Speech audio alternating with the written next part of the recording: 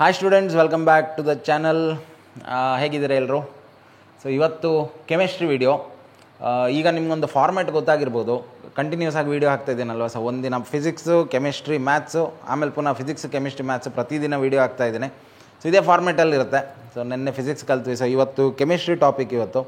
So ಕೆಮಿಸ್ಟ್ರಿಯಲ್ಲೂ ನಾವು previous ವೀಡಿಯೋಸ್ಗಳಲ್ಲಿ mole concept ಕಲಿತಾ ಬಂದಿದ್ದೀವಿ, ಯಾಕೆಂದರೆ ಅದು ಬೇಸಿಕ್ಸ್.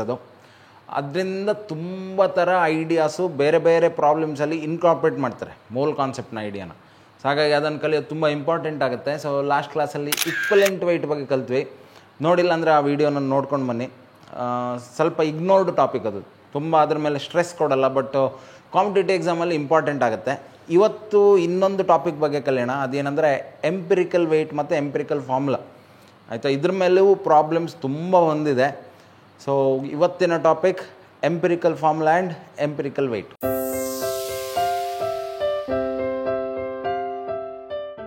ಫಸ್ಟ್ ಎಂಪಿರಿಕಲ್ ಫಾರ್ಮುಲಾ ಅಂದರೆ ಏನು ಅಂತ ಡೆಫಿನಿಷನ್ ನೋಡ್ಕೊಂಡು ಬರೋಣ. Empirical formula is the simplest whole number ratio of atoms of elements constituting the compound. So ಏನಪ್ಪ ಹೀಗಂದರೆ, ಸೊ ಲೆಟ್ ಸಿ. ಸೊ ಒಂದು 2-3 ಕಾಂಪೌಂಡ್ಸನ್ನು ತಗೊಳ್ಳೋಣ. ಎಕ್ಸಾಂಪಲ್, ನಮ್ಮ ಹತ್ರ C2H6 ಅಂತ ಒಂದು ಕಾಂಪೌಂಡ್ ಇದೆ, ಆಯಿತಾ, ಈಥೇನ್, ಸರಿನಾ? ಸೊ C2H6 ಅಂತ ಬರೆದ್ರೆ ಈಗ ನಮಗೆ ಇದೊಂದು ಮೊಲಿಕ್ಯುಲರ್ ಫಾರ್ಮುಲಾ ಆಗುತ್ತೆ ಇದರದ್ದು. ಓಕೆ, ಈಗ ಎಂಪಿರಿಕಲ್ ಫಾರ್ಮುಲಾ ಅಂದರೆ ಏನು? Simplest ratio of the compounds. So simplest ratio of the elements. So ಈಗ ಇದು ನೋಡಿ, ಮೊಲಿಕ್ಯುಲರ್ ಫಾರ್ಮುಲಾ, ಆಮೇಲೆ ಎಂಪಿರಿಕಲ್ ಫಾರ್ಮುಲಾ.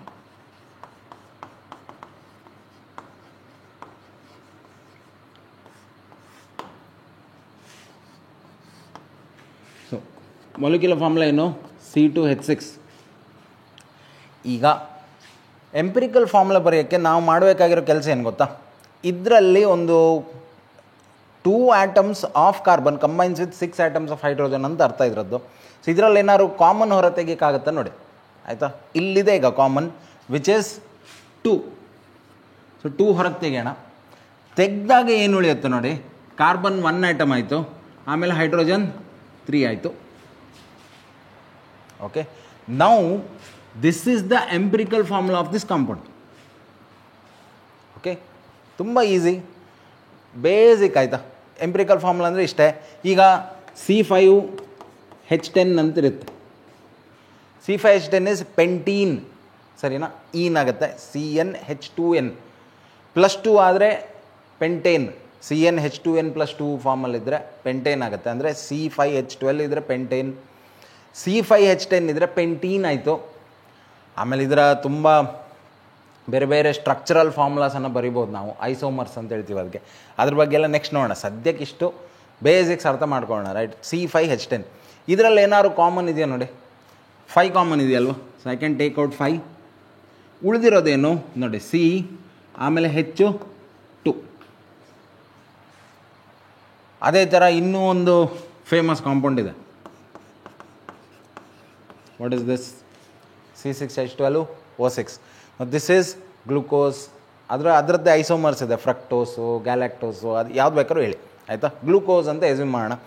ಇದರಲ್ಲೂ ನೋಡಿ ಕಾಮನ್ ಏನಾದ್ರು ಇದೆಯಾ ನೋಡಿ? 6, 12 ಮತ್ತು 6ಅಲ್ಲಿ 6 ಕಾಮನ್. ಸೊ 6ಅನ್ನು ಹೊರ ತೆಗಿಬೋದು. ಉಳಿದಿದ್ದು ಏನು ಬರುತ್ತೆ ನಮಗೆ? C ಆಯಿತು, ಆಮೇಲೆ H2 ಆಯಿತು, ಆಮೇಲೆ O. ಸೊ ಸಿಂಪ್ಲೆಸ್ಟ್ ರೇಷಿಯೋ ಪ್ರಕಾರ ಬರೆದ್ರೆ ಇದಿಷ್ಟು ಕಾಂಪೌಂಡ್ನ ಸಿಂಪ್ಲೆಸ್ಟ್ ರೇಷಿಯೋ ಯಾವುದಾಯ್ತು ನೋಡಿ? ಇದರದ್ದು CH3, ಇದರದ್ದು CH2, ಇದರದ್ದು CH2O. Okay, so can U C A relationship? ಒಂದು ರಿಲೇಷನ್ಶಿಪ್ ನೋಡಿ, ಮೊಲಿಕ್ಯುಲರ್ ಫಾರ್ಮುಲಕ್ಕೂ ಎಂಪಿರಿಕಲ್ ಫಾರ್ಮುಲಕ್ಕೂ ಒಂದು ಯಾವ್ದಾದ್ರು ಒಂದು ಹೋಲ್ ನಂಬರಿಂದ ನಾವು ಮಲ್ಟಿಪ್ಲೈ ಮಾಡಿದರೆ ನಮಗೆ ಎಂಪಿರಿಕಲ್ ಫಾರ್ಮುಲಕ್ಕೆ ಒಂದು ಹೋಲ್ ನಂಬರಿಂದ ಮಲ್ಟಿಪ್ಲೈ ಮಾಡಿದರೆ ಮೊಲಿಕ್ಯುಲರ್ ಫಾರ್ಮುಲಾ ಸಿಗುತ್ತೆ ಅಂತ ಆಯಿತು. ಯಾಕಂದರೆ ಇದು ಸಿಂಪ್ಲೆಸ್ಟ್ ರೇಷಿಯೋ ಅಲ್ವಾ? ಸೊ ಹಾಗಾಗಿ ಈ ನಂಬರ್ಸ್ಗಳು ಫ್ರ್ಯಾಕ್ಷನ್ ಆಗಿರಬಾರ್ದು. It cannot be a fraction. ಇದು ಅರ್ಥ ಮಾಡ್ಕೊಳ್ಳಿ, ಆಯಿತಾ? ಫಾರ್ ಎಕ್ಸಾಂಪಲ್ H2O ವಾಟರ್ ಅಲ್ವಾ? ಇದರಲ್ಲಿ ಈಗ ನಾನು 2 ಹೊರ ತೆಗೆದಿದ್ದೀನಿ. ಆಮೇಲೆ ಇದು H1 ಆಯಿತು, O½ ಆಯಿತು. ಹೀಗೆಲ್ಲ ಬರೆಯೋಕ್ಕಿಲ್ಲ, ಇಲ್ಲೆಲ್ಲೂ ಫ್ರ್ಯಾಕ್ಷನ್ ಆಗಲಿಕ್ಕಿಲ್ಲ. It is a simplest ratio of whole numbers. Okay, ಈ ಥರ ಬರೆದ್ರೆ ತಪ್ಪಾಗುತ್ತೆ. ಇಲ್ಲೇನೋ 2 ಬಂತು, ಇಲ್ಲ ನಾನು 1.5 ಹೊರ ತೆಗೆಯೋದು, ಹಿಂಗಿಂದೆಲ್ಲ ಕೆಲಸ ಮಾಡಲಿಕ್ಕಿಲ್ಲ. ಸೊ ನಾವೇನು ಕಾಮನ್ ನಂಬರ್ ಹೊರ ತೆಗಿತೀವಿ ಅದೊಂದು ಹೋಲ್ ನಂಬರೇ ಆಗಿರಬೇಕು. ಅದು ಹೋಲ್ ನಂಬರ್ ಹೊರ ತೆಗೆದ ನಂತರ ಉಳಿದಿರೋ ಫಾರ್ಮುಲಾ ಏನಿದೆ ನಮಗೆ, ಅಲ್ಲೂ ನಮಗೆ ಸಿಂಪಲ್ ರೇಷೋಸ್ ಇರಬೇಕು. ಅರ್ಧ ಆ್ಯಟಮ್ ಬರೋದು, ಇನ್ನೇನೋ ಮುಕ್ಕಾಲು ಆ್ಯಟಮ್ ಬರೋದು, ಆ ಥರ ಎಲ್ಲ ಆದರೆ ಅದಕ್ಕೆ ಎಂಪ್ರಿಕಲ್ ಫಾರ್ಮುಲಾ ಅಂತ ಹೇಳೋದು. ರೈಟ್? ನಮ್ಮ ಐಡಿಯಾ ಏನು, ಆದಷ್ಟು ಥಿಂಗ್ಸನ್ನು ಸಿಂಪಲ್ಲಾಗಿಡ್ಬೇಕಾಯ್ತಾ. ಸೊ ನಾವು ಏನೇನೋ ನಂಬರ್ಸ್ ಹೊರ ತೆಗೆದು ನಮ್ಮ ಇಷ್ಟ, ಈಗ ಫಾರ್ ಎಕ್ಸಾಂಪಲ್ ನನಗೆ 5 ಅಂದರೆ ಇಷ್ಟ ಅಂತೇಳಿ ಇದರಿಂದ 5 ಹೊರ ತೆಗೆದ್ರೆ ಆವಾಗ ಈ ರೇಷೋ ಅನ್ನೋದು ವಿಚಿತ್ರ ರೇಷೋ ಬರುತ್ತೆ. 5 ಹೊರ ತೆಗೆದ್ರೆ ಸಿ ಇದ್ದದ್ದು 0.4 ಆಯಿತು, ಇಲ್ಲಿ ಹೆಚ್ಚಿದ್ದದ್ದು 1.2 ಆಯಿತು. ಹಿಂಗಿಂದೆಲ್ಲ ಮಾಡಲಿಕ್ಕಿಲ್ಲ. ಓಕೆ, ತೆಗೆದ್ರೆ ಹೋಲ್ ನಂಬರ್ ಹೊರ ತೆಗಿಬೇಕು. ಹೋಲ್ ನಂಬರ್ ಹೊರ ತೆಗೆದ ನಂತರ ನಮ್ಮ ಹತ್ರ ಏನು ಉಳಿಯುತ್ತಲ್ವ, what is remaining, that formula should also be in simplest ratios. ಅದಕ್ಕೀಗ ನಾವು ಎಂಪ್ರಿಕಲ್ ಫಾರ್ಮುಲಾ ಅಂತ ಹೇಳ್ತೀವಿ. ಸೊ ಈಥೈನಿನ empirical formula CH3, molecular formula C2H6. ಅದೇ ಥರ ಪೆಂಟೀನ್ ಇದು CH2, ಇದು ಎಂಪ್ರಿಕಲ್ ಫಾರ್ಮುಲಾ CH2. ಗ್ಲೂಕೋಸ್ ಇದು ಎಂಪ್ರಿಕಲ್ ಫಾರ್ಮುಲಾ CH2O. ಇಷ್ಟೇ ಹೇಳಿದ್ರೆ ಸಾಕು, ಎಂಪ್ರಿಕಲ್ ಫಾರ್ಮುಲಾ. ಬಟ್ ಆ್ಯಕ್ಚುಯಲ್ ಫಾರ್ಮುಲಾ ಏನು, C6H12O6. ರೈಟ್? ಇವಾಗ ಒಂದು ಸ್ವಲ್ಪ ಐಡಿಯಾ ಸಿಗ್ತಲ್ಲ. ಎಂಪ್ರಿಕಲ್ ಫಾರ್ಮುಲಾ ತುಂಬ easy. So if U see here properly, we have a very simple relationship between molecular formula and empirical formula. What is that? Always molecular formula is a whole number n into empirical formula.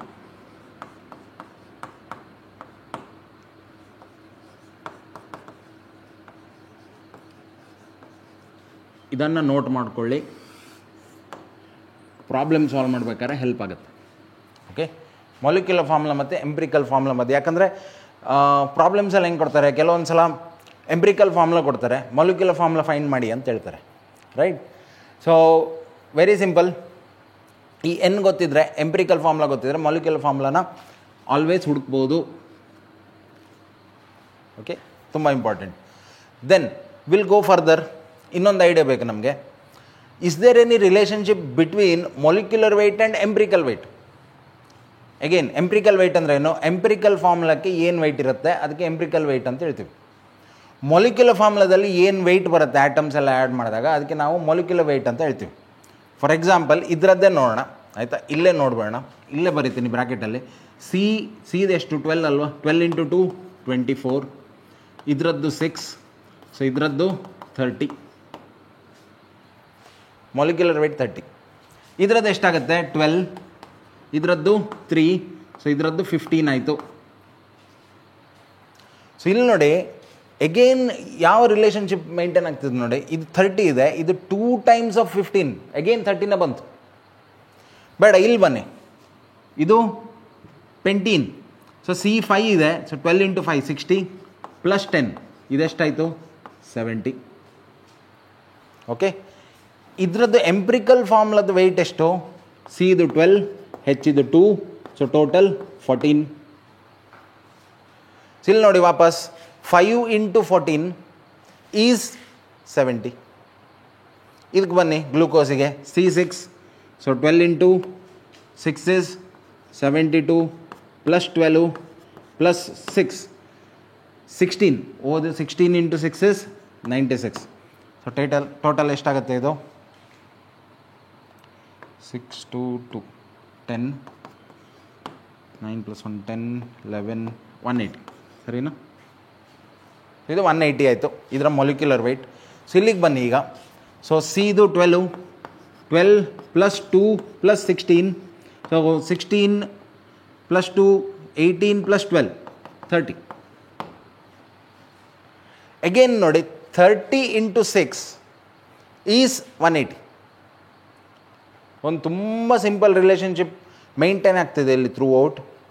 So ಒಂದು ನಾವು ಏನು find ಮಾಡಿದ್ವಿ, molecular formula is some whole number. ಇದು ಒಂದೊಂದು ಪ್ರಾಬ್ಲಮಿಗೆ ಒಂದೊಂದು ಇರುತ್ತೆ, ಆಯಿತಾ? ಇದು ಕಾನ್ಸ್ಟೆಂಟ್ ಅಲ್ಲ, ಇದು ಚೇಂಜಸ್. ಇಲ್ಲಿ ನೋಡಿ, ಇಲ್ಲಿ 2 ಇದೆ, ಇಲ್ಲಿ 5 ಇದೆ, ಇಲ್ಲಿ 6 ಇದೆ, ಇನ್ನೇನೇನೋ ಇರ್ಬೋದು, ಆಯಿತಾ? ಆ ಪ್ರಾಬ್ಲಮ್ ಕೊಟ್ಟಾಗ ಅಲ್ಲಿ ಏನು ಬರುತ್ತೆ ಅದನ್ನು ನಾವು ಫೈಂಡ್ ಮಾಡಬೇಕು. So some whole number into empirical formula. Okay, now we also found that molecular weight is the same whole number. ಇದೆರಡು ಸೇಮ್ ಆಗುತ್ತೆ ಒಂದು particular given set of molecular weight and empirical ವೆಯ್ಟಿಗೆ. ಸೇಮ್ ಬರುತ್ತೆ ಏನಾಯ್ತಾ. So molecular weight is n times of empirical weight. Again ಈ n ಅನ್ನೋದು ಒಂದು whole number. ಎರಡು ಫಾರ್ಮುಲಾಸ್ ಬಂತು. ಈಗ ಕ್ಯಾಲ್ಕುಲೇಷನಲ್ಲಿ ನೋಡೋಣ ಆಯ್ತು. ಇವತ್ತು ಪ್ರಾಬ್ಲಮ್ ಸಾಲ್ವ್ ಮಾಡ್ತೀನಿ, ಒಂದೆರಡು ಪ್ರಾಬ್ಲಮ್ ಸಾಲ್ವ್ ಮಾಡ್ತೀನಿ, ನಿಮಗೆ ಐಡಿಯಾ ಕ್ಲಿಯರ್ ಆಗಿ ಬರುತ್ತೆ ಅವಾಗ. Okay, so this is the idea. So empirical formula ಗೊತ್ತಾಯ್ತಲ್ವ, ತುಂಬ simple. Now before going to solve problems ಇನ್ನೊಂದೆರಡು ಕಾನ್ಸೆಪ್ಟನ್ನ ನಾವು ಕಲಿಬೇಕಾಯ್ತಾ, ತುಂಬ ಇಂಪಾರ್ಟೆಂಟ್ ಅದು. ಒಂದು the concept of vapour density. ಯಾಕಂದರೆ ಇಲ್ಲಿ ಪ್ರಾಬ್ಲಮ್ ಸಾಲ್ವ್ ಮಾಡಬೇಕಾದ್ರೆ ಹೆಚ್ಚಿನ ಕಡೆ ಎಲ್ಲ ವೇಪರ್ ಡೆನ್ಸಿಟಿ ಅಂತ ಕೊಡ್ತಿರ್ತಾರೆ. ಸೊ ಅದನ್ನು ಫಸ್ಟ್ ಕಲಿಯೋಣ. ಸೊ ವೇಪರ್ ಡೆನ್ಸಿಟಿ,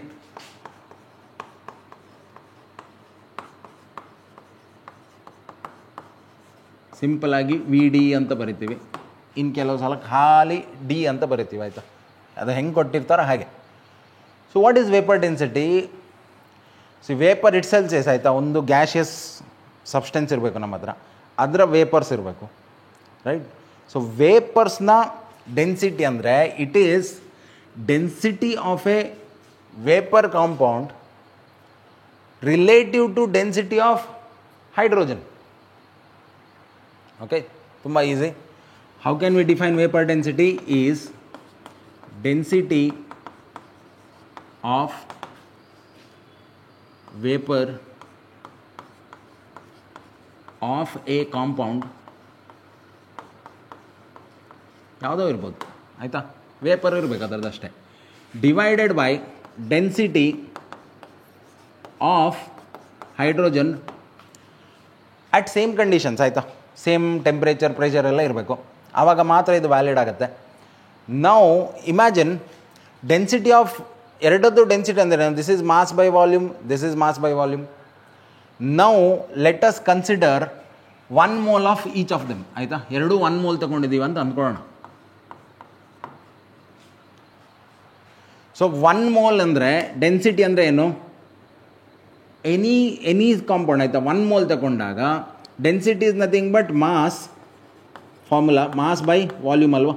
ಇದು ಡೆನ್ಸಿಟಿ, ಇಲ್ಲಿ ಬರುತ್ತೀನಿ, density is mass by volume. So ಇಲ್ಲಿ ಏನು ಬರುತ್ತೆ? Mass of compound, you know that 1 mole of any gas ಆಯಿತಾ at S T P occupies 22.4 litre. ಸರಿನಾ? ಗೊತ್ತಾಗಿಲ್ವಾ? ಪ್ರೀವಿಯಸ್ ವೀಡಿಯೋ ನೋಡಿ, ಮೋಲ್ ಕಾನ್ಸೆಪ್ಟ್ 1ನಲ್ಲಿ ಹೇಳಿದ್ದೇನೆ ಆಯಿತಾ ಈ ಐಡಿಯಾನ. Any gas, 1 mole of any gas occupies this much, divided by mass of hydrogen divided by same volume ಆಯಿತಾ. ಸೊ ವಾಲ್ಯೂಮ್ ಕ್ಯಾನ್ಸಲ್ ಆಯಿತು ಬಿಕಾಸ್ ಸೇಮ್ ವಾಲ್ಯೂಮ್ ತಗೊಂಡಿದ್ದೀವಿ. So mass of a compound, 1 ಮೋಲಿನ mass ಎಷ್ಟಿರುತ್ತೆ ಅರ್ಥ ಮಾಡ್ಕೊಳ್ಳಿ. Mass of compound in 1 mole, any compound apply ಮಾಡಿ, logic apply ಮಾಡಿ. It is nothing but molecular weight of compound. And ಇದು ನಮಗೆ ಗೊತ್ತಲ್ವ, molecular weight of hydrogen is 2.016 ಆಗುತ್ತೆ ಆ್ಯಕ್ಚುಲಿ, ಬಟ್ ಅದನ್ನು ಬಿಟ್ಟಾಕೋಣ 16 ಆಯಿತಾ, ಸಿಂಪಲ್. ಸೊ ಹಾಗಾಗಿ ನೋಡಿ ನಮಗೊಂದು ತುಂಬ ಇಂಪಾರ್ಟೆಂಟ್ ರಿಲೇಷನ್ಶಿಪ್ ಸಿಕ್ತು. ಇದನ್ನು ನೋಟ್ ಮಾಡ್ಕೊಳ್ಳಿ, ಫಾರ್ಮುಲಾ ಇದು. So we can always right molecular weight of any compound is 2 times of vapor density. ಎಲ್ಲ ಕಾಂಪೌಂಡ್ಸಿಗೆ ಅಪ್ಲೈ ಆಗಲ್ಲ ಇದು. ಯಾವ ಕಾಂಪೌಂಡ್ ನಮಗೆ ವೇಪರ್ ಸ್ಟೇಟಿಗೆ ತರೋಕ್ಕಾಗುತ್ತೆ ಅದಕ್ಕೆ ಮಾತ್ರ ಅಪ್ಲಿಕೇಬಲ್. ಸೊ ಪ್ರಾಬ್ಲಮ್ ಕೊಡಬೇಕಾದ್ರೆ ಕೆಲವೊಂದು ಪ್ರಾಬ್ಲಮ್ಸಲ್ಲಿ ವೇಪರ್ ಡೆನ್ಸಿಟಿ ಕೊಟ್ಟಿರ್ತಾರೆ. ಓಕೆ, ಅರ್ಥ ಮಾಡ್ಕೊಳ್ಳಿ, ತುಂಬ ಸಿಂಪಲ್. ಎಲ್ಲಾದರೂ ನಿಮಗೆ ವೇಪರ್ ಡೆನ್ಸಿಟಿ ಕೊಟ್ಟಿದ್ರು ಅಂತ ಅಂದ್ಕೊಳ್ಳಿ, ಆವಾಗ ನಾವು ಸಿಂಪಲ್ ಆಗಿ ಅದಕ್ಕೆ 2 ಇಂದ ಮಲ್ಟಿಪ್ಲೈ ಮಾಡ್ಬೋದು, ಆವಾಗ ನಮಗೆ ಅದರ ಮೊಲಿಕ್ಯುಲರ್ ವೆಯ್ಟ್ ಸಿಗುತ್ತೆ. ಓಕೆ, ಅರ್ಥ ಆಯ್ತಾ? ಫಾರ್ಮುಲಾಸ್ ಇದು, ಅಲ್ಲಿ 2 ಫಾರ್ಮುಲಾ ಕೊಟ್ಟೆ ನಾನು. Empirical formula, molecular formula is n times of empirical formula, molecular weight is n times of empirical weight. 2 formulas note ಮಾಡ್ಕೊಳ್ಳಿ. ನೋಟ್ ಮಾಡ್ಕೊಂಡಿಲ್ಲ ಅಂದರೆ ಭಾಳ ಕಷ್ಟ ಆಗುತ್ತೆ ಆಯಿತಾ. ಮುಂದೆ ಹೋಗಿ ನಿಮಗೆ ಇಡೀ 2 ವರ್ಷದ ಜರ್ನಿ ಇದೆ. ಬೋರ್ಡ್ ಎಕ್ಸಾಮು ತುಂಬ ಈಸಿ. ಯಾಕೆ ಗೊತ್ತಾ? ಫಸ್ಟ್ ಇಯರ್ ಮುಗಿತಿದ್ದಂಗೆ ಫಸ್ಟ್ ಇಯರ್ ಇದು ಬೋರ್ಡ್ ಎಕ್ಸಾಮ್ ಮಾಡಿ ಮುಗಿಸಿಬಿಟ್ರು ಸ್ವಲ್ಪ ಟಾಪಿಕ್. ಸೆಕೆಂಡ್ ಇಯರಿಗೆ ಬರ್ತಿದ್ದಂಗೆ ನಿಮಗೆ ಫಸ್ಟ್ ಇಯರ್ ಇದು ಯಾವುದು ವಾಪಸ್ ಬರಲ್ಲ, ಎಕ್ಸಾಮಿಗೆ ಕೇಳಲ್ಲ ಆಯಿತಾ. ಸೆಕೆಂಡ್ ಇಯರ್ ಟಾಪಿಕ್ ಮಾತ್ರ ಕೇಳ್ತಾರೆ. ಸೊ ಇದಕ್ಕೆ ನಮಗೆ ಇಡೀ ವರ್ಷ ಕಲಿಸಿ 3 ಗಂಟೆ ಟೈಮ್ ಕೊಡ್ತಾರೆ. 3 ಗಂಟೆ ಫಿಸಿಕ್ಸಿಗೆ, 3 ಗಂಟೆ ಕೆಮಿಸ್ಟ್ರಿಗೆ, 3 ಗಂಟೆ ಮ್ಯಾಥ್ಸಿಗೆ, ಸರಿ ಅಲ್ವಾ. ಪ್ಲಸ್ ಅದರಲ್ಲೂ ಯಾವ ಥರ ನಾರ್ಮಲಿ ನಿಮಗೊಂದು ಫಾರ್ಮ್ಯಾಟ್ ಇರುತ್ತೆ, 1 ಮಾರ್ಕಿದ್ದು ಕ್ವಶನು, 2 ಮಾರ್ಕಿದ್ದು ಕ್ವಶನು, ಈ ಥರ ಫಾರ್ಮ್ಯಾಟ್ ಇರುತ್ತೆ.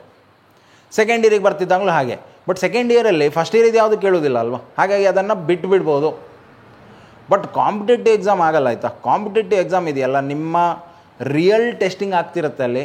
ಯಾಕಂದರೆ ನಿಮಗೆ ಬೋರ್ಡ್ ಎಕ್ಸಾಮ್ ಆಗಿರುತ್ತೆ, ಫಿಸಿಕ್ಸ್ ಕೆಮಿಸ್ಟ್ರಿ ಮ್ಯಾಥ್ಸ್ ಒಂದೇ ದಿನ ಇಡ್ತಾರೆ, ಇಲ್ಲ ಅಲ್ವಾ. ಒಂದು ದಿನ ಫಿಸಿಕ್ಸ್ ಇರುತ್ತೆ, ಆಮೇಲೆ ಗ್ಯಾಪ್ ಇರುತ್ತೆ, ಅದೊಂದು ಲ್ಯಾಂಗ್ವೇಜ್ ಇನ್ನೇನೋ ಇರುತ್ತೆ, ಇರಲಿ ನೆಕ್ಸ್ಟ್ ಡೇ ಇರುತ್ತೆ, at least next day. So you get some gap at least. ಈಗ ಸಿ ಇ ಟಿ ಅಂತಲೇ ಇಮ್ಯಾಜಿನ್ ಮಾಡೋಣ ಆಯಿತಾ. ಸಿ ಇ ಟಿಯಲ್ಲಿ ಹೆಂಗಿರುತ್ತೆ ಅಂದರೆ ಒಂದೇ ದಿನ 2 ಎಕ್ಸಾಮ್ ಮಾಡ್ತಾರೆ. ಬೆಳಗ್ಗೆ ಫಿಸಿಕ್ಸ್ ಇದ್ದರೆ ಮಧ್ಯಾಹ್ನ ಕೆಮಿಸ್ಟ್ರಿ, ನೆಕ್ಸ್ಟ್ ಡೇ ಮ್ಯಾಥ್ಸು. ಅಲ್ಲಿ ಹೆಂಗೆ 60 ನಿಮಿಷ ಕೊಟ್ಟಿರ್ತಾರೆ, 60 ನಿಮಿಷದಲ್ಲಿ 60 ಕ್ವಶನ್ಸನ್ನು ಸಾಲ್ವ್ ಮಾಡಬೇಕು ನಾವು. ಅದು ಈಗ ನಿಮ್ಮದು ಫಸ್ಟ್ ಇಯರ್ ಸೆಕೆಂಡ್ ಇಯರ್ ಅಂತಿಲ್ಲ. ಬಟ್ ಸಿ ಇ ಟಿಯಲ್ಲಿ ಒಂದು ಅಡ್ವಾಂಟೇಜ್ ಏನು ಗೊತ್ತಾ, ಫಸ್ಟ್ ಇಯರ್ನ ವೆಯ್ಟೇಜ್ ಕಡಿಮೆ, ಸೆಕೆಂಡ್ ಇಯರ್ನ ವೆಯ್ಟೇಜ್ ಜಾಸ್ತಿ ಆಯಿತಾ. 60ರಲ್ಲಿ ಹತ್ರ ಒಂದು 25%, ಒಂದು 15 ಕ್ವಶನ್ಸ್ ಫಸ್ಟ್ ಇಯರಿಂದ. ಸೇಮ್ ಕಾನ್ಸ್ಟೆಂಟ್ ರೇಷೋ ಅಲ್ಲ ಇದು. ಕೆಲವೊಂದು ಸಲ 20 ಕ್ವಶನ್ ಬಂದಿದ್ದು ಇದೆ ಫಸ್ಟ್ ಇಯರಿಂದ, ಕೆಲವೊಂದು ಸಲ ಕಡಿಮೆ ಬಂದದ್ದು ಇದೆ.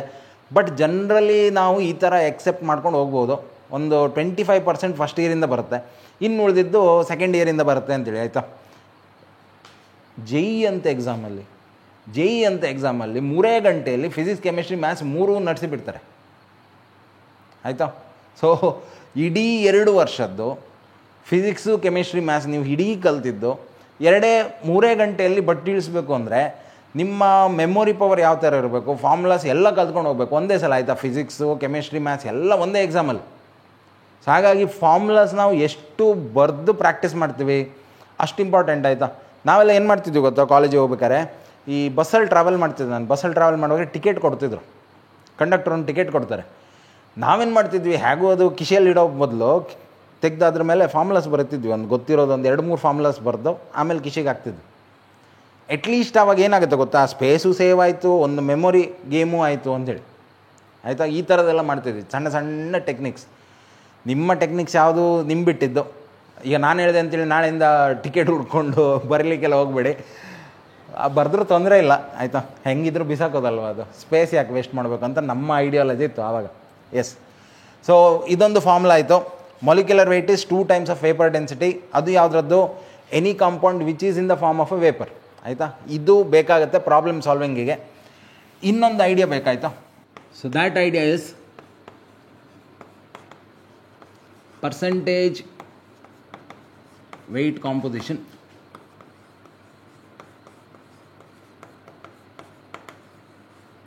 ಸೊ ಯಾವುದಾದ್ರು ಒಂದು ಕಾಂಪೌಂಡ್ ಕೊಟ್ಟಾಗ ನಾವು ಅದರಲ್ಲಿ ಇರುವಂಥ ಎಲಿಮೆಂಟ್ಸ್ನ ಕಾಂಪೋಸಿಷನ್ ನೋಡ್ಬೋದು, percentage in terms of weight ಆಯಿತಾ, in terms of its weight. For example ಈಗ H2O ವಾಟರಲ್ಲಿ ಹೈಡ್ರೋಜನ್ನ ಪರ್ಸೆಂಟ್ ಎಷ್ಟು, ಆಕ್ಸಿಜನ್ನ ಪರ್ಸೆಂಟ್ ಎಷ್ಟು. ಇಲ್ಲಿ ತುಂಬ ಜನ ಮಾಡೋ ಮಿಸ್ಟೇಕ್ ಏನು ಗೊತ್ತಾ, 2 atoms of hydrogen combines with 1 atom. ಹಾಗಾಗಿ ಹೈಡ್ರೋಜನ್ 2 ಇದೆ, ಆಕ್ಸಿಜನ್ 1 ಇದೆ. ಹಾಗಾಗಿ ಹೈಡ್ರೋಜನ್ 66% ಆಯಿತು, 66.6%, ಆಕ್ಸಿಜನ್ 33.3% ಆಯಿತು. ಈ ಥರ ಕ್ಯಾಲ್ಕುಲೇಷನ್ ಅಲ್ಲ ಆಯಿತಾ. Always percentage is calculated in terms of the weight. ಈಗ ಫಸ್ಟ್ ನಾವೇನು ನೋಡಬೇಕು, ಇದರ ಟೋಟಲ್ ವೆಯ್ಟ್ ಎಷ್ಟು ಅಂತ. So total weight nothing but molecular weight, ಸರಿ ಅಲ್ವಾ. ಸೊ ಟೋಟಲ್ ಮಾಲಿಕ್ಯುಲರ್ ವೆಯ್ಟ್ ಎಷ್ಟು, 18. ಇದು ಪ್ರಾಕ್ಟೀಸ್ ಹೆಂಗಾಗಬೇಕು ಗೊತ್ತಾ ನಿಮಗೆ, ಅಲ್ಲೋಗಿ ಇನ್ನು ಕ್ಯಾಲ್ಕುಲೇಷನ್ ಮಾಡೋ ಸ್ಥಿತಿ ಇರಬಾರ್ದು ಆಯಿತಾ. ಕಾಂಪಿಟೇಟಿವ್ ಎಕ್ಸಾಮಲ್ಲಿ H2O ನೋಡ್ತಿದ್ದಂಗೆ 18, ಗೆಟಿಂಗ್ ದ ಪಾಯಿಂಟ್ ಆಯಿತಾ. ಕಾರ್ಬನ್ ಡೈಆಕ್ಸೈಡ್ ನೋಡ್ತಿದ್ದಂಗೆ 44, ಬರೆದು ಬಿಡ್ಬೇಕು ಅಲ್ಲೇ. ಓಕೆ, ಈ ಥರ ಪ್ರಾಕ್ಟೀಸ್ ಮಾಡಬೇಕು. H2SO4 ನೋಡ್ತಿದ್ದಂಗೆ ಹೇಳ್ಬೇಕು 98, ಗೆಟಿಂಗ್ ದ ಪಾಯಿಂಟ್. ಸೊ ಇದು ಪ್ರಾಕ್ಟೀಸ್ ಮಾಡೋದ್ರಿಂದ ಬರುತ್ತೆ.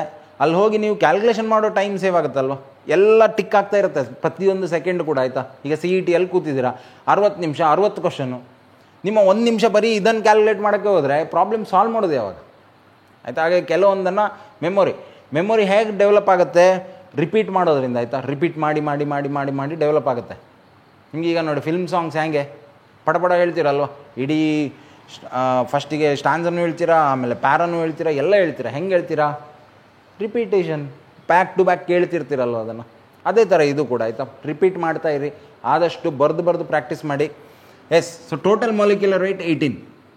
ಇದರಲ್ಲಿ ಹೈಡ್ರೋಜನ್ನ ಪರ್ಸೆಂಟೇಜ್ ಆಫ್ ಹೈಡ್ರೋಜನ್ ನೋಡೋದು ಹೆಂಗೆ, percentage of hydrogen is mass of hydrogen divided by molecular weight into 100. So ಇಲ್ಲಿ ಪರ್ಸೆಂಟೇಜ್ ಸಿಗುತ್ತೆ. ಅದೇ ಥರ ಪರ್ಸೆಂಟೇಜ್ ಆಫ್ ಆಕ್ಸಿಜನ್ ನೋಡೋದು ಹೇಗೆ is mass of oxygen in the compound, ಆಯಿತಾ, ಬರೆಯಲ್ಲ ಅದು, divided by molecular weight of the compound into 100. So ಇಲ್ಲಿ ಎಷ್ಟಾಗುತ್ತೆ ನೋಡಿ, ಇದರದ್ದು ಟೋಟಲ್ ಮಾಸ್ ಎಷ್ಟು 2, 2 ಇದೆ ಅಲ್ವಾ. ಸೊ 1 × 1, 1 + 1 2, ಡಿವೈಡೆಡ್ ಬೈ ಇದೆಷ್ಟು 18 ಇಂಟು 100 ಎಷ್ಟಾಗುತ್ತೆ ನೋಡಿ. ಇಲ್ಲೂ ಹಾಗೆ ಆಕ್ಸಿಜನ್ ಇದೆಷ್ಟು 16, ಇದು 18 ಇಂಟು 100. ಓಕೆ, ಪರ್ಸೆಂಟೇಜ್ ಸಿಗುತ್ತೆ ನಮಗೆ. ತುಂಬ ಈಸಿ ಇದೆ ಇದು, ತುಂಬ ತುಂಬ ತುಂಬ ಈಸಿ. ಇನ್ಯಾವ್ದಾದ್ರು ಬೇಕಾ ಎಕ್ಸಾಂಪಲ್? ಗ್ಲೂಕೋಸ್ ಆವಾಗ ನೋಡಿದ್ವಲ್ಲ, ಒಂದೊಂದത്തെ ಪರ್ಸೆಂಟೇಜ್ ನೋಡೋಣ. ಓಕೆ, ಕಾರ್ಬನ್ ಇದು ಪರ್ಸೆಂಟೇಜ್ ಆಫ್ ಕಾರ್ಬನ್ ಡೈರೆಕ್ಟ್ ಬರುತ್ತೀನಿ. ಟೋಟಲ್ ಎಷ್ಟಿದೆ ಇದು 72, 6 ಇದೆಯಲ್ವಾ, 6 × 12 72. ಆವಾಗ ನೋಡಿದ್ವಿ ಮಾಲಿಕ್ಯುಲರ್ ವೆಯ್ಟ್ 180 ಇಂಟು 100 ಬಂತು ಪರ್ಸೆಂಟೇಜ್ ಕಾರ್ಬನ್ ಇದು. ಪರ್ಸೆಂಟೇಜ್ ಆಫ್ ಹೈಡ್ರೋಜನ್ ಎಷ್ಟು 12 ಇದೆ, 12 ಟೋಟಲ್ 180 ಇಂಟು 100. ಆಕ್ಸಿಜನ್ ಇದೆಷ್ಟು 6 × 16 96, 96 ಬೈ 180 ಇಂಟು 100. ಓಕೆ, ತುಂಬ ಈಸಿ ಇದು, ಯಾರು ಬೇಕಾದ್ರೂ ಮಾಡ್ಬೋದು, ಚಿಕ್ಕ ಚಿಕ್ಕ ಮಕ್ಕಳು ಮಾಡ್ತಾರೆ ಇದು. ಸೊ ಪರ್ಸೆಂಟೇಜ್ ವೆಯ್ಟ್ ಕಾಂಪೋಸಿಷನ್ ತುಂಬ ಈಸಿ. ಪ್ರಾಬ್ಲಮ್ಸಲ್ಲಿ ಕೆಲವೊಂದು ಸಲ ಡೈರೆಕ್ಟ್ ಪರ್ಸೆಂಟೇಜನ್ನೇ ಕೊಟ್ಟಿರ್ತಾರೆ, ಆಯಿತಾ. ಒಂದು ಕಾಂಪೌಂಡಲ್ಲಿ ಇಷ್ಟು ಪರ್ಸೆಂಟ್ ಇದಿದೆ, ಇಷ್ಟು ಪರ್ಸೆಂಟ್ ಇದಿದೆ, ಇಷ್ಟು ಪರ್ಸೆಂಟ್ ಇದಿದೆ ಕೊಟ್ಟಾಗ ಒಂದು ಐಡಿಯಾ ಗೊತ್ತಿರಬೇಕು ನಿಮಗೆ. Is the idea clear? Yes. So ನಾವು ಒಂದೆರಡು ಪ್ರಾಬ್ಲಮ್ ಸಾಲ್ವ್ ಮಾಡ್ತೀನಿ, ಆಯಿತಾ. ಇದರದ್ದು ಕ್ಲಿಯರ್ ಐಡಿಯಾ ಗೊತ್ತಾಗುತ್ತೆ. ಎಂಪಿರಿಕಲ್ ಫಾರ್ಮುಲಾ, ಆಮೇಲೆ ಎಂಪಿರಿಕಲ್ ವೆಯ್ಟ್ ಯಾವ ಥರ ಕೇಳ್ತಾರೆ, right. So let solve some problem. ಇದು ನಿಮ್ಮ NCERT ಟೆಕ್ಸ್ಟ್ ಬುಕ್ಕಲ್ಲೇ ಇರುವಂಥ ಒಂದು ಪ್ರಾಬ್ಲಮ್ ತಗೊಳ್ಳೋಣ, ಆಯಿತಾ. Determine the empirical formula of an oxide of iron which has 69.9% iron and 30.1% oxygen by mass. Okay, ಏನೆಲ್ಲ ಡೇಟಾ ಕೊಟ್ಟಿದ್ದಾರೆ ನೋಡಿ. ಪರ್ಸೆಂಟೇಜ್ ಆಫ್ ಐರನ್ ಕೊಟ್ಟಿದ್ದಾರೆ, ಆಯಿತಾ. ಎಷ್ಟು 69.9%. ಅದೇ ಥರ ಪರ್ಸೆಂಟೇಜ್ ಆಫ್ ಆಕ್ಸಿಜನ್ನು ಕೊಟ್ಟಿದ್ದಾರೆ which is 30.1%. Okay, very simple. So ಇಲ್ಲಿ ಏನು ಮಾಡಬೇಕು, ಈ ಥರ ಕೊಟ್ಟಾಗ ನಮಗೀಗ ಏನು ಫೈಂಡ್ ಮಾಡಬೇಕು ನಾವು, ಫೈಂಡ್ ದ ಎಂಪಿರಿಕಲ್ ಫಾರ್ಮುಲಾ ಅಂತಲೇ ಹೇಳಿದ್ದಾರೆ, ಸರಿನಾ. So iron oxide, so iron oxide ನೋಡಿ ಕೆಲವೊಂದು ಫೆರಸ್ ಆಕ್ಸೈಡ್ ಫಾರ್ಮಲ್ಲಿ ಇರ್ಬೋದು, Fe ಆಗುತ್ತೆ ಆವಾಗ. ಫೆರಿಕ್ ಆಕ್ಸೈಡ್ ಇದ್ದರೆ Fe2O3 ಫಾರ್ಮುಲಾ ಬರುತ್ತೆ. ಯಾಕಂದರೆ ಈ ಐರನ್ ಇದೆಯಲ್ಲ ಮಲ್ಟಿಪಲ್ ಆಕ್ಸಿಡೇಷನ್ ಸ್ಟೇಟ್ಸನ್ನು ಹೊಂದಿರುತ್ತೆ. ಹಾಗಾಗಿ ಯಾವ ಥರ ಅದು ಆಕ್ಸೈಡನ್ನು ಫಾರ್ಮ್ ಮಾಡುತ್ತೆ ಹೇಳೋಕ್ಕಾಗಲ್ಲ.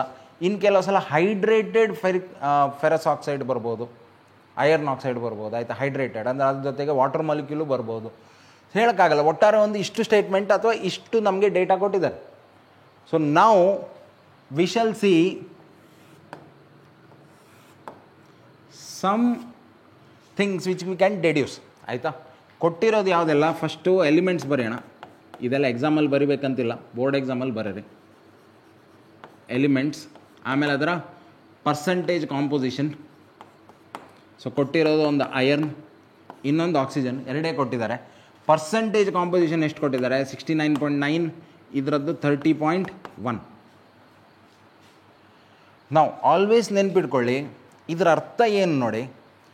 If you take 100 gram of the substance, 69.9 gram ಅದರಲ್ಲಿ ಐರನ್ ಇರುತ್ತೆ, ಅರ್ಥ ಆಯ್ತಾ. ಅದೇ ಥರ if you take 100 gram of the substance, 30.1 gram ಅಷ್ಟು ಆಕ್ಸಿಜನ್ ಇರುತ್ತೆ. Means these are mass in 100 grams. So ಹಂಗೆ ಎಸ್ಯೂಮ್ ಮಾಡೋಣ, ಇಷ್ಟಿಷ್ಟು ಮಾಸ್ ಕೊಟ್ಟಿದ್ದಾರೆ, 100 ಗ್ರಾಮ್ ಆಫ್ ಕಾಂಪೌಂಡ್ ತೊಗೊಂಡಿದ್ದೀವಿ, ಅದರಲ್ಲಿ ಇಷ್ಟು ಮಾಸ್ ಇದೆ, ಇಷ್ಟು ಮಾಸ್ ಇದೆ ಅಂತ ಎಸ್ಯೂಮ್ ಮಾಡೋಣ. ನಾವು ವಿ ಹ್ಯಾವ್ ಒನ್ ಫಾರ್ಮುಲಾ, ಆಯಿತಾ. ಇಲ್ಲೊಂದು ಫಾರ್ಮುಲಾ ಕಲ್ತಿದ್ದೀವಿ. What is mass? Mass by atomic weight is nothing but number of moles, ಸರಿನಾ. ಕಾಂಪೌಂಡ್ ಇದ್ದರೆ ಮಾಸ್ ಬೈ ಮಾಲಿಕ್ಯುಲರ್ ವೆಯ್ಟ್ ಬರ್ತಿದ್ವಿ, ಈಗ ಎಲಿಮೆಂಟ್ಸ್ ಇದೆಯಲ್ಲ, ಹಾಗಾಗಿ mass by atomic weight. So ಈ ಫಾರ್ಮುಲಾ ಯೂಸ್ ಮಾಡೋಣ. ಸೊ ನಿಮ್ಗೆ ಎರಡರದ್ದು ಈಗ ಅಟಾಮಿಕ್ ವೆಯ್ಟ್ ಗೊತ್ತಿರಬೇಕು, ಎಲಿಮೆಂಟ್ಸ್ ಅಂದಮೇಲೆ ಗೊತ್ತಿರಲೇಬೇಕು. So first Now let us see its molar ratio.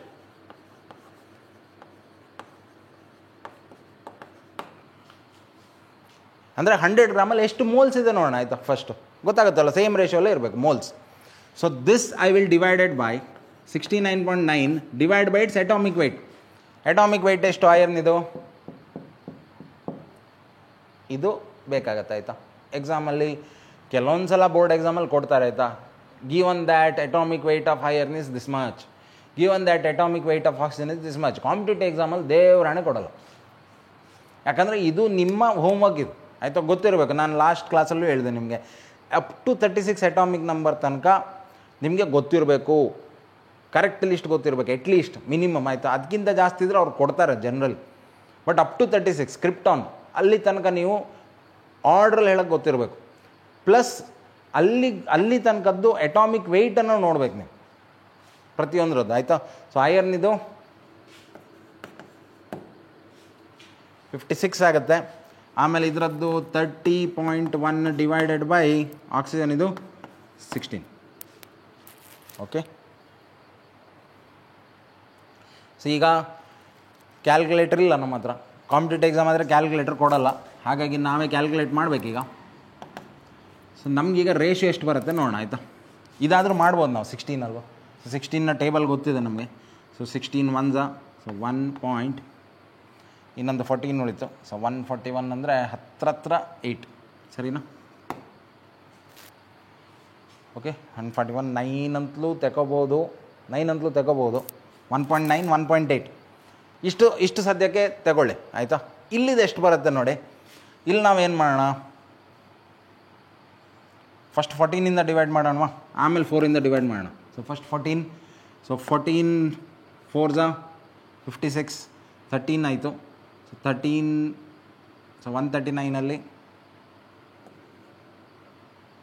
139 almost 9 ಸರಿನಾ. 126 ಸೊ ಇನ್ನೂ 130 ಉಳಿತು. ಸೊ ಇನ್ನೊಂದು 9. ಓಕೆ, ನಾವು ಡಿವೈಡೆಡ್ ಬೈ 4. ಸೊ ಈಸಿ ಆಗುತ್ತೆ. 4ಇಂದ ಡಿವೈಡ್ ಮಾಡಿದರೆ ಹತ್ರ 1 ಇದು 2 ಆಲ್ಮೋಸ್ಟ್ 4. Okay, 1.24 and 1.8. ಓಕೆ, ಇದು ನಮಗೆ ಮೋಲಾರ್ ರೇಷೋ ಬಂತು. Now the very important thing is, next ಏನು ಮಾಡಬೇಕು, we have to see the atomic ratio. ಯಾಕಂದರೆ ನಮ್ಗೆ ಸಿಂಪಲ್ ಅಟಾಮಿಕ್ ರೇಷೋ ಬೇಕಲ್ವ ಎಂಪಿರಿಕಲ್ ಫಾರ್ಮ್ ಬರೋಕ್ಕೆ. So best thing what you can do is, ಇದರಲ್ಲಿ ಲೀಸ್ಟ್ ಯಾವುದಿದೆ ನೋಡಿ ಅದರಿಂದ ಡಿವೈಡ್ ಮಾಡಿ ಆಯಿತಾ. 2 ಡಿವೈಡ್ ಮಾಡಬೇಕು. 3 ಕ್ವಾಂಟಿಟಿ ಇದ್ದರೆ 3 ಡಿವೈಡ್ ಮಾಡಬೇಕು. ಸೊ ಇದು 1 ಆಯಿತು ಆಲ್ಮೋಸ್ಟ್. ಇದು ನೋಡಿ ಆಲ್ಮೋಸ್ಟ್ ಒಂದೊಂದು ಡೆಸಿಮಲ್ ಆಚೆ ಹಾಕಿದರೆ ನಿಮಗೆ 12 ಆಯಿತು, 18 ಆಯಿತು, ಆಲ್ಮೋಸ್ಟ್ 6 2s 6 3s. ಯಾಕಂದರೆ ಫೈನಲಿ ಹೋಲ್ ನಂಬರೇ ಬರೋದಲ್ವ, ಹಾಗಾಗಿ ನಾವು ಇಲ್ಲಿ ಅಪ್ರಾಕ್ಸಿಮೇಷನ್ಸ್ ಮಾಡ್ಬೋದು. ಸೊ ಇದು 1.5 ಆಯಿತು. ಅಗೇನ್ ಅಟಾಮಿಕ್ ರೇಷೋ ಅಲ್ಲಿ ನಮಗೆ ಹೋಲ್ ನಂಬರ್ಸೇ ಇರಬೇಕು, ಫ್ರ್ಯಾಕ್ಷನ್ಸ್ ಇರುವಂಗಿಲ್ಲ, ಆವಾಗ ಹೇಳಿದೆ. ಸೊ ಹಾಗಾಗಿ ಇದನ್ನು ಫ್ರ್ಯಾಕ್ಷನಿಗೆ ಕನ್ವರ್ಟ್ ಮಾಡ್ಬೇಕಾದ್ರೆ ಏನು ಮಾಡಬೇಕು, ಇದಕ್ಕೆ 2ಇಂದ ಮಲ್ಟಿಪ್ಲೈ ಮಾಡೋಣ, ಇದಕ್ಕೂ 2ಇಂದ ಮಲ್ಟಿಪ್ಲೈ ಮಾಡೋಣ. ಸೊ ನಮಗೇನು ಸಿಕ್ತು, 2 ಸಿಕ್ತು, ಇದು 3 ಸಿಕ್ತು. So we got simple atomic ratios of these 2 elements. ಹಾಗಾಗಿ ನಮಗೆ ಎಂಪಿರಿಕಲ್ ಫಾರ್ಮುಲಾ ಈಗ ಈಸಿ. ಅಂದರೆ ಅರ್ಥ ಏನು, 2 atoms of iron will combine with 3 atoms of oxygen ಅಂತಾಯಿತು. ಹಾಗಾಗಿ ಎಂಪಿರಿಕಲ್ ಫಾರ್ಮುಲಾ ಅದೇ ಕೇಳಿದ್ದು. Find the empirical formula is 2 atoms will combine with 3 atoms. ಹಾಗಾಗಿ ನೋಡಿ ಫೆರಿಕ್ ಆಕ್ಸೈಡ್ ಅಂತ ಬಂತು ಈ ಕೊಟ್ಟಿರೋ ಡೇಟಾದಿಂದ. ಅರ್ಥ ಆಯ್ತಾ? ತುಂಬ ಸಿಂಪಲ್ ಇದೆ ಇದು. ಓಕೆ, ಇನ್ನೊಂದು ಪ್ರಾಬ್ಲಮ್ ಸಾಲ್ವ್ ಮಾಡೋಣ, ಈಸಿ ಆಗುತ್ತೆ. ಓಕೆ, ಒಂದು NCERT ಎಕ್ಸಾಂಪ್ಲರಿಂದ ತೆಗೆದಿದ್ದೀನಿ ಇದನ್ನು. The empirical formula and molecular mass of a compound are CH2O and 180 grams respectively. What will be the molecular formula of the compound? ಆಯಿತಾ, 4 ಆಪ್ಷನ್ ಕೊಟ್ಟಿದ್ದಾರೆ ನಮಗೆ. ಸೊ ಕೊಟ್ಟಿರೋ ಡೇಟಾ ಏನಿದೆ, ಎಂಪಿರಿಕಲ್ ಫಾರ್ಮುಲಾ ಕೊಟ್ಟಿದ್ದಾರೆ, ದಟ್ ಈಸ್ CH2O. ಇದು empirical formula. ಆಮೇಲೆ molecular mass ಅಥವಾ molecular weight ಇದು 180 ಗ್ರಾಮ್ ಅಂತ ಕೊಟ್ಟಿದ್ದಾರೆ, ಆಯಿತಾ. ಆ್ಯಂಡ್ 4 ಆಪ್ಷನ್ಸ್ ಇದೆ ನಿಮ್ಮ ಹತ್ರ. ಈ ಥರ ಪ್ರಾಬ್ಲಮ್ಸ್ ಇದ್ದಾಗ ನಿಮ್ಗೊಂದು ಸ್ಟ್ರೈಟ್ ಆಪ್ಷನ್ ಇದೆ, 4 ಆಪ್ಷನ್ ಕೊಟ್ಟಿದ್ದಾರೆ. ಹಾಗಾಗಿ ಸ್ಟ್ರೈಟ್ ಆಪ್ಷನ್ ಏನು, ಯಾವ ಆಪ್ಷನ್ ಇದು ಮೊಲಿಕ್ಯುಲರ್ ವೆಯ್ಟ್ 180 ಆಗುತ್ತೆ ನೋಡಿ. 4 ಆಪ್ಷನ್ ಇದೆಯಲ್ವ, ಆಯಿತಾ. ಆ್ಯಂಡ್ 180 ಈಗಷ್ಟೇ ನೋಡಿದ್ವಿ ನಾವು, 180 ಗ್ಲೂಕೋಸ್ ಇದು ಬರುತ್ತೆ. ಸೊ ಗ್ಲೂಕೋಸ್ ಇದೆ ಆಪ್ಷನಲ್ಲಿ. ಸೊ ಗ್ಲೂಕೋಸ್ ಅಂತ ಯಾವ ಆಪ್ಷನ್ ಇದೆ ಅದನ್ನು ಟಿಕ್ ಮಾಡೋದು ಈಸಿ, ಆಯಿತಾ. ಇದು ನೋಡ್ತಿದ್ದಂಗೆ ಆ್ಯಕ್ಚುಲಿ ಇಂಥ ಕ್ವಶನ್ಸು ಕೇಳಲ್ಲ ಕಾಂಪಿಟೇಟಿವ್ ಎಕ್ಸಾಮಲ್ಲಿ. NCERT ಎಕ್ಸಾಂಪ್ಲರಲ್ಲಿ ಇದೆ ಇದು, ಆಯಿತಾ. ಎಕ್ಸಾಂಪ್ಲರ್ ಸೆಕ್ಷನಲ್ಲಿದೆ. ನನಗೆ ರೀಸೆಂಟ್ ಒಂದು ಕಾಮೆಂಟ್ ನೋಡಿದೆ, ಆಯಿತಾ. ಕೆಲವೊಂದು ಕಾಮೆಂಟ್ ನಾನು ರಿಪ್ಲೈ ಮಾಡೋಕ್ಕೆ ಹೋಗಲ್ಲ, ಯಾಕಂದರೆ ಅದು ತುಂಬ ಇರ್ರಿಲೆವೆಂಟ್ ಅನಿಸುತ್ತೆ ನಂಗೆ ಅದಕ್ಕೆ ಆನ್ಸರ್ ಮಾಡೋದು, ಆಯಿತಾ. ಕೆಲವ್ರು ಕೇಳಿದ್ದಾರೆ, ಸರ್ ನನಗೆ 52% ಬಂದಿದೆ, IITಯಲ್ಲಿ ಸೀಟ್ ಸಿಗುತ್ತಾ? JEE ಮೇನ್ಸಲ್ಲಿ 52% ಬಂದಿದೆ, IITಯಲ್ಲಿ ಸೀಟ್ ಸಿಗುತ್ತಾ? ಈ ಥರ ಒಂದು ಕ್ವಶನ್ ಕೇಳಿದ್ದಾರೆ. ಏನು ಆನ್ಸರ್ ಮಾಡಬೇಕು ಇದಕ್ಕೆ ನೀವೇ ಹೇಳಿ, ಆಯಿತಾ. First of all IIT join ಆಗೋಕ್ಕೆ ನೀವು JEE ಮೇನ್ಸ್ ಬರೆದ್ರೆ ಸಾಕಾಗಲ್ಲ. JEE ಮೇನ್ಸು IITನ ರಿಕ್ರೂಟ್ಮೆಂಟಿಗೆ ಎಂಟ್ರೆನ್ಸ್ ಎಕ್ಸಾಮೇ ಅಲ್ಲ ಅದು. JEE main is a qualifier. IIT join ಆಗಬೇಕಾದ್ರೆ JEE ಅಡ್ವಾನ್ಸ್ ಬರೀಬೇಕು. JEE ಅಡ್ವಾನ್ಸ್ ಯಾವಾಗ ನಿಮ್ಗೆ ಆಪ್ಷನ್ ಸಿಗುತ್ತೆ ಬರೀಲಿಕ್ಕೆ, ನೀವು JEE ಮೇನ್ಸ್ ಕ್ವಾಲಿಫೈ ಆಗಿರಬೇಕು. ಅಂದರೆ JEE ಮೇನ್ಸ್ ಎಷ್ಟೇ ಜನ ಬರಲಿ, ಅದು ಟಾಪ್ ಒಂದು 2.5 ಲ್ಯಾಕ್ ಸ್ಟೂಡೆಂಟ್ಸನ್ನು ಸೆಲೆಕ್ಟ್ ಮಾಡ್ತಾರೆ, ಆಯಿತಾ. ಕ್ವಾಲಿಫೈಯರ್ಸ್ ಅಂತೇಳಿ, ಕ್ವಾಲಿಫೈ ಆಗಿದ್ದಾರೆ ಅಂತೇಳಿ ಅವರು ಬರೀಲಿಕ್ಕೆ ಆಪ್ಷನ್ ಇದೆ. ಅಡ್ವಾನ್ಸ್ ಎಕ್ಸಾಮನ್ನು ಬರೀಬೇಕು. ಇನ್ನು ಅಡ್ವಾನ್ಸ್ ಎಕ್ಸಾಮ್ ಬರೆದು ಅದನ್ನು ಪಾಸ್ ಮಾಡಬೇಕು. ಪಾಸಿಂಗ್ ಎಷ್ಟು, 30% ಸ್ಕೋರ್ ಮಾಡಬೇಕು ಮಿನಿಮಮ್. ಅದಕ್ಕಿಂತ ಕಡಿಮೆ ಸ್ಕೋರ್ ಮಾಡಿದರೆ ಫೇಲ್. ಸೊ ಮಿನಿಮಮ್ ಅಷ್ಟು ಸ್ಕೋರ್ ಮಾಡಬೇಕಾಯ್ತಾ. ಸೊ ಇಷ್ಟು ಲಾಂಗ್ ಸ್ಟೋರಿ. ಸೊ ಕಾಮೆಂಟಲ್ಲಿ ಕೇಳಿದ್ದಾರೆ ಒಬ್ಬರು, ಸರ್ 53% ಬಂದಿದೆ JEE ಮೇನ್ಸಲ್ಲಿ, IITಯಲ್ಲಿ ಸೀಟ್ ಸಿಗುತ್ತಾ ಅಂತ ಕೇಳಿದ್ದಾರೆ, ಆಯಿತಾ. ಹಾಗಾಗಿ ಇಂಥ ಕೆಲವೊಂದು ನಾನು ಆನ್ಸರ್ ಮಾಡೋಕ್ಕೆ ಹೋಗಲ್ಲ ಕಾಮೆಂಟ್ಸನ್ನು, ಆಯಿತಾ. ಏನಾದ್ರು ಒಳ್ಳೆ ಕಾಮೆಂಟ್ ಇದೆ, ಡೌಟ್ಫುಲ್ ಇದೆ ಅದರಲ್ಲಿ, ಅಥವಾ ಏನಾದ್ರು ಇಂಟ್ರೆಸ್ಟಿಂಗ್ ಇದೆ ಅಂತಿದ್ರೆ ನಾನು ಡೆಫಿನೆಟ್ಲಿ ಅದಕ್ಕೆ ಆನ್ಸರ್ ಮಾಡೋಕ್ಕೆ ಟ್ರೈ ಮಾಡ್ತೀನಿ. S, okay. ಒಂದು ಕಾಮೆಂಟ್ ನೋಡಿದ್ದೆ ನಾನು, ಏನಂದರೆ, ಸರ್ NCERT ಸಿಲೆಬಸ್ಸಿಂದ ನಾವು JEE ಪ್ರಿಪ್ರೇಷನ್ ಹೆಂಗೆ ಮಾಡ್ಬೋದು ಅಥವಾ CET ಪ್ರಿಪ್ರೇಷನ್ ಹೆಂಗೆ ಮಾಡ್ಬೋದು, NCERT ಸಿಲೆಬಸ್ ಓದ್ಕೊಂಡು? ಇದು ಖಂಡಿತಕ್ಕೂ ಆಗಲ್ಲ, ಆಯಿತಾ. ಖಂಡಿತಕ್ಕೂ ಚಾನ್ಸೇ ಇಲ್ಲ. ನೀವು NCERT ಇನ್ನೂ ಡೆಪ್ತ್ ಸ್ಟಡಿ ಮಾಡಿ, ಆಯಿತಾ. ಫುಲ್ ಅದರಲ್ಲಿರೋ ಎಲ್ಲ ಎಕ್ಸಾಂಪ್ಲರ್ ಪ್ರಾಬ್ಲಮ್ ಸಾಲ್ವ್ ಮಾಡಿ, ಅದರಲ್ಲಿ ಎಕ್ಸಸೈಸಲ್ಲಿರೋ ಎಲ್ಲದೂ ಸಾಲ್ವ್ ಮಾಡಿ, ಪ್ರತಿಯೊಂದು ಸಾಲ್ವ್ ಮಾಡಿ. Fill in the blanks, true or false ಏನೆಲ್ಲ ಇದೆ ಅಲ್ವಾ, ಮಲ್ಟಿಪಲ್ ಚಾಯ್ಸು ಎಲ್ಲ ಸಾಲ್ವ್ ಮಾಡಿ NCERTದು. ಇದಿಷ್ಟು ನೀವು ಸಾಲ್ವ್ ಮಾಡಿಕೊಂಡು ಪರ್ಫೆಕ್ಟಾಗಿ ಹೋಗಿ CET ಬರೀತೀರ ಅಂದರೆ ಓಕೆ, ಒಂದು ಸಾಧಾರಣ ಒಂದು 30 to 40% ನೀವು ಕ್ರ್ಯಾಕ್ ಮಾಡ್ಬೋದು CETನ. JEE ಆಗಲ್ಲ, ಚಾನ್ಸೇ ಇಲ್ಲ, ಆಯಿತಾ. JEEಗೆ ಅದರದ್ದೇ ಪ್ರಿಸ್ಕ್ರೈಬ್ಡ್ ಸಿಲೆಬಸ್ ಇದೆ. ಸೊ ನಾವು NCERT ಸಿಲೆಬಸನ್ನು ಬರೀ ಒಂದು ಕಾಲೇಜ್ ಲೆವೆಲ್ ಬೋರ್ಡ್ ಎಕ್ಸಾಮಿಗೆ ಮಾತ್ರ ಕಲಿಬೇಕು ಬಿಟ್ಟರೆ, ಅದರಿಂದ CET ಕ್ರ್ಯಾಕ್ ಮಾಡ್ತೀನಿ, ಅದರಿಂದ JEE ಕ್ರ್ಯಾಕ್ ಮಾಡ್ತೀನಿ, ಆ ಥರದ ಆಲೋಚನೆ ಇಟ್ಕೋಬೇಡಿ, ಓಕೆ. ಎಸ್, ಎನಿವೇಸ್ ಬರೋಣ. ಇದೇನು ಕೊಟ್ಟಿದ್ದಾರೆ, ಇದೊಂದು empirical formula.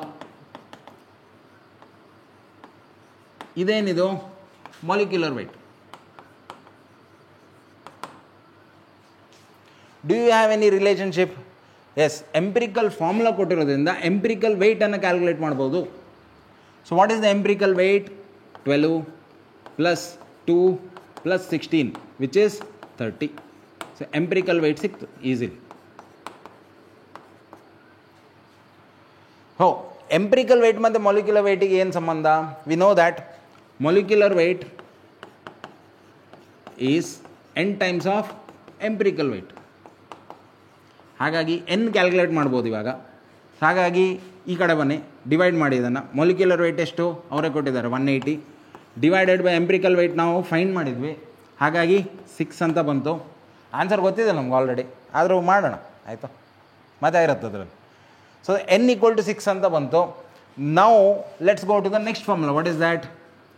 Molecular weight is n times of, molecular formula is n times of empirical formula.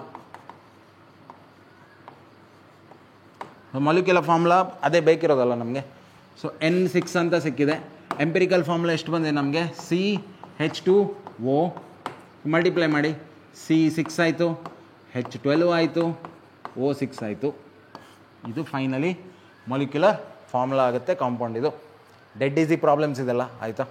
ಇದನ್ನೇ ಫೈನಲ್ ಅಂತ ತಿಳ್ಕೊಬೇಡಿ, ನಿಮಗೆ ಐಡಿಯಾ ಗೊತ್ತಾಗಲಿ ಅಂತೇಳಿ 2 NCERT ಬುಕ್ ಇದೆ, 2 ಪ್ರಾಬ್ಲಮನ್ನು ಸಾಲ್ವ್ ಮಾಡಿದ್ದೀನಿ.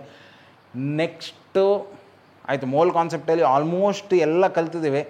ಸೊ ಪ್ರಾಬ್ಲಮ್ ಸಾಲ್ವ್ ಮಾಡೋಣ ಅಲ್ವಾ ನೆಕ್ಸ್ಟ್ ಕ್ಲಾಸಿಂದ.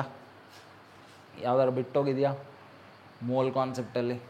ಕಾಮೆಂಟ್ ಮಾಡಿ ತಿಳಿಸಿ. ಮೋಲ್ ಕಾನ್ಸೆಪ್ಟಲ್ಲಿ ಯಾವ್ದಾದ್ರು ಬಿಟ್ಟೋಗಿದೆ ಅಂತೇಳಿ. ಚಿಕ್ಕದೆಲ್ಲ ಬಿಟ್ಟೋಗಿರ್ಬೋದು ನನ್ನ ಪ್ರಕಾರ. ಯಾವುದು ಈ ಡುಲಾಂಗ್ ಆ್ಯಂಡ್ ಪೆಟಿಟ್ಸ್ ಲಾ, ಅದರ ಪ್ರಕಾರ ಮೊಲಿಕ್ಯುಲರ್ ವೆಯ್ಟನ್ನು ಫೈಂಡ್ ಮಾಡ್ಬೋದು. Molecular weight of solids especially, ಆಯಿತಾ? ಅದೆಲ್ಲ ಪ್ರಾಬ್ಲಮ್ ಸಾಲ್ವ್ ಮಾಡ್ಬೇಕಾದ್ರೆ ಹೇಳ್ತೀನಿ, ಆಯಿತಾ? ಅದು ಕಾನ್ಸೆಪ್ಟ್ ಅಲ್ಲ, ಅದು it's A just point to remember. Okay, ಏನಾದ್ರು ಬಿಟ್ಟೋಗಿದೆಯಾ? ಥಿಂಕ್ ಮಾಡಿ. ಆಲ್ಮೋಸ್ಟ್ ಆಯಿತು. ಮೋಲ್ ಕಾನ್ಸೆಪ್ಟ್ ಆಯಿತು, ಮೊಲಿಕ್ಯುಲರ್ ವೆಯ್ಟ್ ಆಯಿತು, ಈಕ್ವಲೆಂಟ್ ವೆಯ್ಟ್ ಆಯಿತು, ಎಂಪ್ರಿಕಲ್ ಫಾರ್ಮುಲಾ ಆಯಿತು. ಓಕೆ, ಲಾಸ್ ಆಫ್ ಪ್ರಪೋರ್ಷನ್ಸ್ ಇದೆ, ಆಯಿತಾ? ಕೆಲವು ರಿಯಾಕ್ಷನ್ಸು, ಕೆಲವು ಲಾಸನ್ನು, ಫಾರ್ ಎಕ್ಸಾಂಪಲ್ ಕನ್ಸರ್ವೇಷನ್ ಆಫ್ ಮಾಸು, ಅದೆಲ್ಲ ಇದೆ. ಸೊ ಅದನ್ನು ಚಿಕ್ಕದಾಗಿ ಹೇಳ್ಬಿಡ್ತೀನಿ, ಆಯಿತಾ? ಪ್ರಾಬ್ಲಮ್ ಸಾಲ್ವ್ ಮಾಡೋ ಮೊದಲು ಒಂದು ಚಿಕ್ಕದಾಗಿ ಹೇಳ್ಬಿಡ್ತೀನಿ, ಆಮೇಲೆ ಡೈರೆಕ್ಟ್ ಪ್ರಾಬ್ಲಮ್ಸಿಗೆ ಹೋಗೋಣ. ಸೊ ನೆಕ್ಸ್ಟ್ ಕೆಮಿಸ್ಟ್ರಿ ಕ್ಲಾಸಿಂದ ಮೋಲ್ ಕಾನ್ಸೆಪ್ಟ್ನ ಪ್ರಾಬ್ಲಮ್ಸು. ಅದು ಹೆಂಗೆ, ಫಸ್ಟು ಕಾಲೇಜ್ ಲೆವೆಲಿದು, ಆಮೇಲೆ ಸಿ ಇ ಟಿ ಲೆವೆಲಿದು, ಆಮೇಲೆ ಜೆ ಇ ಲೆವೆಲಿದು, ಆಯಿತಾ? ಸೊ ಆ ಥರ ಮಾಡೋಣ. ಎಸ್, ಸೊ ಇವತ್ತಿಗೆ ಈ ವಿಡಿಯೋ ಇಲ್ಲೇ ನಿಲ್ಲಿಸ್ತಾ ಇದ್ದೀನಿ. ಇಷ್ಟ ಆದವರು ಲೈಕ್ ಮಾಡಿ, ಆಯಿತಾ? ಯಾಕಂದರೆ ಇದೊಂದೇ ಆಪ್ಷನ್ ನಿಮ್ಮನ್ನು ರೀಚ್ ಆಗೋಕ್ಕೆ. ಫ್ರ್ಯಾಂಕ್ಲಿ ಸ್ಪೀಕಿಂಗು, ನಾನು ಇನ್ವೆಸ್ಟ್ ಮಾಡ್ತಿರೋ ಟೈಮಿಗೆ ಅದಕ್ಕೆ ಬರ್ತಿರೋ ರಿಟರ್ನ್ಸಿಗೂ ಏನು ಸಂಬಂಧನೇ ಇಲ್ಲ ಇವಾಗ, ಆಯಿತಾ? You know that. ಯೂಟ್ಯೂಬಲ್ಲಿ ಆಬ್ವಿಯಸ್ಲಿ, ಆಯಿತಾ, ವಿ ಗೇನ್ ರೆವೆನ್ಯೂ ಬರುತ್ತೆ ನಮಗೆ. ಬಟ್ ನನಗೆ ಬೇರೆ ಆಪ್ಷನ್ಸ್ ಇನ್ನೂ ಬೆಟರ್ ಇದೆ.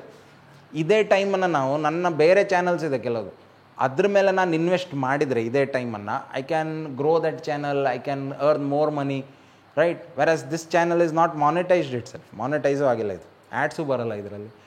ಸೊ ಒಂದೇ ಒಂದು ನಾನು ನಿಮ್ಗೆ ರಿಕ್ವೆಸ್ಟ್ ಮಾಡೋದೇನೆಂದರೆ, ಈ ವಿಡಿಯೋನ ಅಟ್ಲೀಸ್ಟ್ ನಿಮ್ಮ ಫ್ರೆಂಡ್ಸಿಗೆಲ್ಲ ಶೇರ್ ಮಾಡಿ, ಆಯಿತಾ?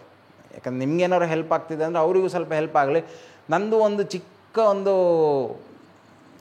ಏನು ಹೇಳ್ಬೋದು, ಅದಕ್ಕೆ ಒಂದು ಸಣ್ಣ ಒಂದು ಎಕ್ಸ್ಪೆಕ್ಟೇಷನ್ ಅಂದರೆ ಎಲ್ಲಾದರೂ ರೀಚ್ ಆಗ್ಬೋದು. ಜಾಸ್ತಿ ಸ್ಟೂಡೆಂಟ್ಸಿಗೆ ರೀಚ್ ಆಗ್ತಿದ್ದಂಗೆ ಮೋಟಿವೇಶನ್ ಹೈ ಆಗುತ್ತೆ ನಮ್ಗೆ. ಓಕೆ, ಇನ್ನಷ್ಟು ವೀಡಿಯೋಸ್ ಮಾಡೋಣ, ಇನ್ನಷ್ಟು ಸ್ಟೂಡೆಂಟ್ಸಿಗೆ ಕಲಿಸೋಣ ಅಂತೇಳಿ. ಸೊ ನಿಮ್ಮ ಫ್ರೆಂಡ್ಸಿಗೆ ಶೇರ್ ಮಾಡಿ, ಇಷ್ಟ ಆದರೆ ಸಬ್ಸ್ಕ್ರೈಬ್ ಮಾಡಿ. ಡೈಲಿ ವೀಡಿಯೋಸ್ ಬರುತ್ತೆ, ಆಯಿತಾ? ಸೊ ನಾಳೆ ಸಿಗೋಣ. ಅಲ್ಲಿ ತನಕ take care, bye, see you.